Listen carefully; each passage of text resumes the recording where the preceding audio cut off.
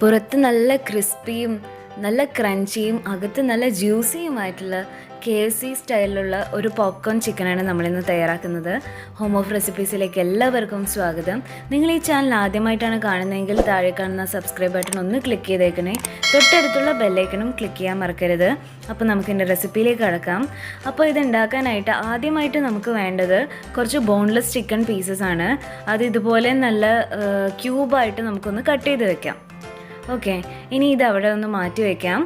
എന്നിട്ട് മിക്സിയുടെ ചെറിയ ജാറിലേക്ക് നമുക്ക് ഒരു 4-5 അല്ലി വെളുത്തുള്ളി, വലിയ വെളുത്തുള്ളി ചേർത്ത് കൊടുക്കാം. തീരെ ചെറിയ വെളുത്തുള്ളി ആണെങ്കിൽ 6-7 എണ്ണം എടുക്കാം. അതിൻ്റെ കൂടെ തന്നെ ഒരു ചെറിയൊരു സവാളയുടെ ഒരു 1/4 ഭാഗം കൂടി എടുക്കുന്നുണ്ട്.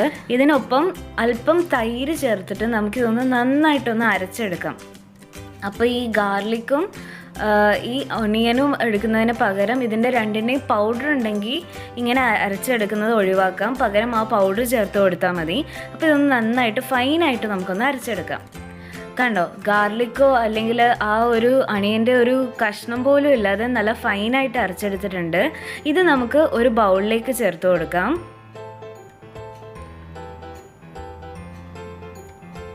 അതിനൊപ്പം തന്നെ അല്പം തൈര്, ഏകദേശം ഒരു 1/2 കപ്പ് തൈര് നമുക്ക് നന്നായിട്ടൊന്ന് ബീറ്റ് ചെയ്തിട്ട് ഇതിലേക്ക് ചേർത്ത് കൊടുക്കാം.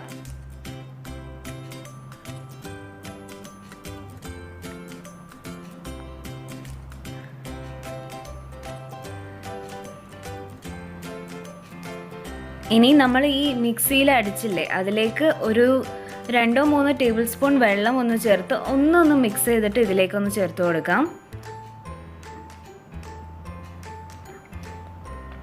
അപ്പോൾ ഇത് ചേർത്ത് കൊടുക്കുന്നുണ്ട്.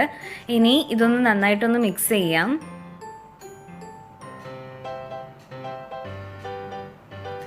ഇതിനൊപ്പം വേണമെങ്കിൽ മുട്ട അല്പം 1-2 മുട്ട വേണമെങ്കിൽ ചേർത്ത് കൊടുക്കാം. നന്നായിട്ട് ബീറ്റ് ചെയ്തിട്ട് ഇവിടെ ഇപ്പം മുട്ട ചേർത്ത് കൊടുക്കുന്നില്ല. ഇതിൻ്റെ കൂടെ തന്നെ ഇനി നമുക്ക് ഏകദേശം ഒരു 1/2 ടീസ്പൂൺ നന്നായിട്ട് ക്രഷ് ചെയ്തിട്ടുള്ള പെപ്പർ ചേർത്ത് കൊടുക്കാം, കുരുമുളകിൻ്റെ പൊടി. അതിനൊപ്പം തന്നെ ഏകദേശം ഒരു 1/4 ടീസ്പൂൺ നല്ല മുളക് പൊടി ചേർത്ത് കൊടുക്കുന്നുണ്ട്. ഇതിങ്ങനെ ചേർത്ത് കൊടുക്കുന്നതിന് പകരം ഒരു 1/2 ടീസ്പൂൺ പാപ്രിക്ക പൗഡർ ഉണ്ടെങ്കിൽ അതും, അതിൻ്റെ ഒപ്പം ഒരു 1/4 ടീസ്പൂൺ അല്ലെങ്കിൽ 1/2 ടീസ്പൂൺ നല്ല മുളക് പൊടിയും ചേർത്ത് കൊടുത്താൽ മതി. ഇതിനൊപ്പം അല്പം ഉപ്പ് കൂടെ ചേർത്ത് കൊടുത്തിട്ട് ഇത് നമുക്കൊന്ന് നന്നായിട്ടൊന്ന് മിക്സ് ചെയ്ത് കൊടുക്കാം. ഒട്ടും കട്ടകളൊന്നും ഇല്ലാതെ ഒരു വിസ്കോ അല്ലെങ്കിൽ ഒരു ഫോർക്കോ വെച്ചിട്ട് ഇതുപോലെ നന്നായിട്ടൊന്ന് മിക്സ് ചെയ്തെടുക്കാം. ഇത്രയും തന്നെ മതി. കണ്ടോ, നല്ലതായിട്ട് മിക്സ് ആയിട്ടുണ്ട്. ഇതിലേക്ക് നമുക്ക് നേരത്തെ ക്ലീൻ ചെയ്ത് വെച്ചിരുന്ന ചിക്കൻ ക്യൂബ്സ് ഉണ്ടല്ലോ, ബോൺലെസ് ചിക്കൻ പീസസ്, അത് ഇതിലേക്ക് ചേർത്ത് കൊടുക്കാം. ബോൺലെസ് ചിക്കൻ പീസസ് തന്നെ വേണം എന്നൊന്നുമില്ല, ബോണുള്ള പീസ് എടുത്താലും നന്നായിട്ട് തന്നെ ഇരിക്കും. പക്ഷേ അതിന് കുക്കിംഗ് ടൈം കുറച്ചും കൂടി വരും. ഇതൊന്ന് നന്നായിട്ടൊന്ന് മിക്സ് ചെയ്യാം. നമ്മുടെ ചിക്കൻ പീസസും നമ്മൾ മാരിനേറ്റ് ചെയ്യാൻ വേണ്ടി തയ്യാറാക്കിയ ആ ബട്ടർ മിൽക്കിൻ്റെ മോരിൻ്റെ മിക്സും കൂടി ഇതിലേക്ക് ഇനി നമുക്ക് ഫ്രഷ് ആയിട്ടുള്ള ഏതെങ്കിലും ഹെർബ്സ് ഉണ്ടെങ്കിൽ ചേർത്ത് കൊടുക്കാം. ഒറിഗാനോയോ റോസ്മേരിയോ അങ്ങനെ ഏതെങ്കിലും ഉണ്ടെങ്കിൽ ചേർത്ത് കൊടുക്കാം, ഇല്ലെങ്കിൽ അത് ഒഴിവാക്കാം. എന്നിട്ട് ഇത് നന്നായിട്ടൊന്ന് മിക്സ് ചെയ്യാം. ഇനി ഈ മിക്സിൽ സോക്കായി കിടന്ന് നന്നായിട്ട് പൊതിർന്ന് കിടന്ന് നമ്മുടെ ചിക്കൻ ഏകദേശം ഒരു 2 മണിക്കൂർ മുതൽ ഒരു ഓവർനൈറ്റ് ടൈമിൽ ഇത് നന്നായിട്ട് സോക്കായി വരണം. അപ്പോഴാണ് ഈ ചിക്കൻ നല്ല ജ്യൂസി ആയിട്ട് വരിക. അപ്പോൾ മിനിമം ഒരു 2 മണിക്കൂർ നമുക്കിതൊന്ന് ഫ്രിഡ്ജിൽ വെക്കാം, ഫ്രീസറിലല്ല ഫ്രിഡ്ജിൽ. അപ്പോൾ 2 മണിക്കൂർ കഴിഞ്ഞിട്ടുണ്ട്. എന്നിട്ട് ഈ ചിക്കൻ പീസസ് നമ്മൾ മാരിനേറ്റ് ചെയ്ത് വെച്ചത് ഇതുപോലെ നമ്മൾ എടുത്തിട്ടുണ്ട്. നമുക്കൊന്ന് മാറ്റി വെക്കാം സൈഡിലേക്ക്. എന്നിട്ട് ഒരു പ്ലേറ്റിലേക്ക് നമുക്കൊരു 5 ടീസ്പൂൺ മൈദപ്പൊടി ചേർത്ത് കൊടുക്കാം. അതിനൊപ്പം തന്നെ ഒരു 2 ടീസ്പൂൺ കോൺഫ്ലവറും കൂടി ചേർത്ത് കൊടുക്കുന്നുണ്ട്. ഇതിലേക്ക് ആവശ്യത്തിന് ഉപ്പ് ചേർത്ത് കൊടുക്കാം. ഒരു കാര്യം പ്രത്യേകം ശ്രദ്ധിക്കണം, നമ്മൾ മാരിനേറ്റ് ചെയ്യാൻ ഉപ്പ് ആവശ്യത്തിന് ചേർത്തു എന്ന് വെച്ച് ഇതിൽ ഉപ്പ് ചേർക്കാൻ വിട്ടുപോകരുത്. അപ്പോൾ ഇതിലേക്ക് ഇനി നമുക്ക് അല്പം പെപ്പർ ചേർത്ത് കൊടുക്കാം. എത്രമാത്രം നമ്മൾ പെപ്പർ ചേർത്ത് കൊടുക്കുന്നോ അത്രയും ടേസ്റ്റി ആയിരിക്കും. കൂടെ തന്നെ ഒരു 1/4 ടീസ്പൂൺ തൊട്ട് 1/2 ടീസ്പൂൺ വരെ ബേക്കിംഗ് പൗഡറും ഒരു 1/2 ടീസ്പൂൺ മുളക് പൊടി അല്ലെങ്കിൽ പാപ്രിക്ക പൗഡർ ചേർത്ത് കൊടുക്കാം. എന്നിട്ടിത് നന്നായിട്ടൊന്ന് മിക്സ് ചെയ്യാം. നമ്മൾ ബേക്കിംഗ് പൗഡറാണ് ചേർത്തത്, ബേക്കിംഗ് സോഡയല്ല. അതുപോലെ ഈ മുളക് പൊടിയും അല്ലെങ്കിൽ പാപ്രിക്ക പൗഡർ ഏതാണോ ചേർക്കുന്നത് അത് അത്യാവശ്യം തന്നെ വേണം. എന്നാൽ മാത്രമേ ആ കോട്ടിങ് നല്ല ടേസ്റ്റ് ആയിട്ട് വരൂ. അപ്പോഴായിരിക്കും നമ്മുടെ പോപ്കോൺ നല്ല ടേസ്റ്റ് ആയിട്ട് വരിക.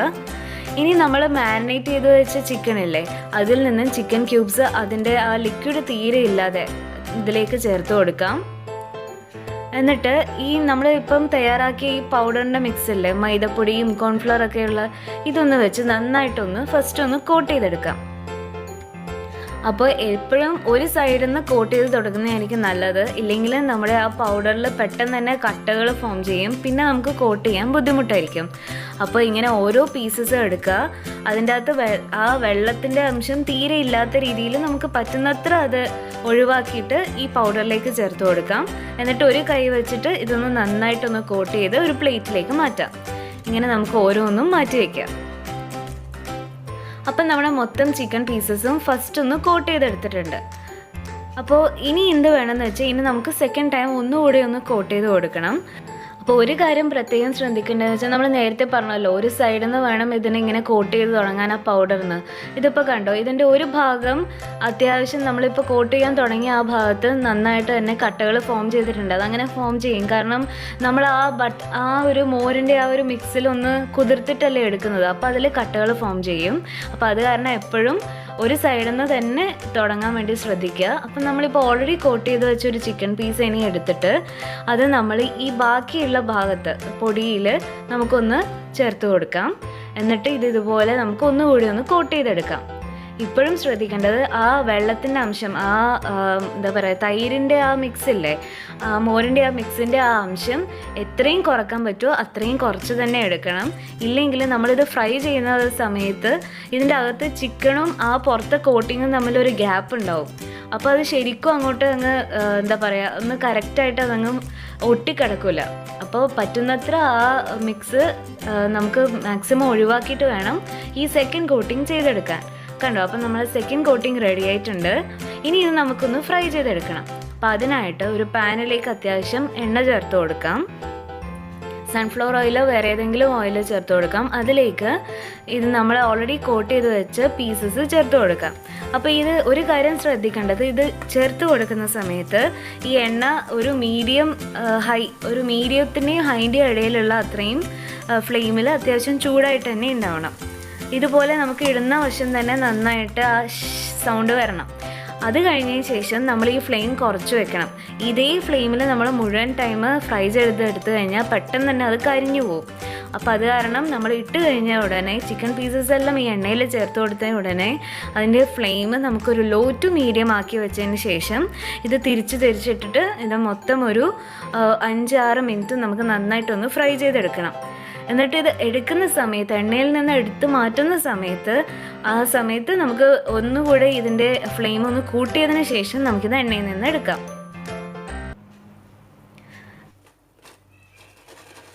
കണ്ടോ, നല്ല ക്രിസ്പി ആയി തന്നെ വരും.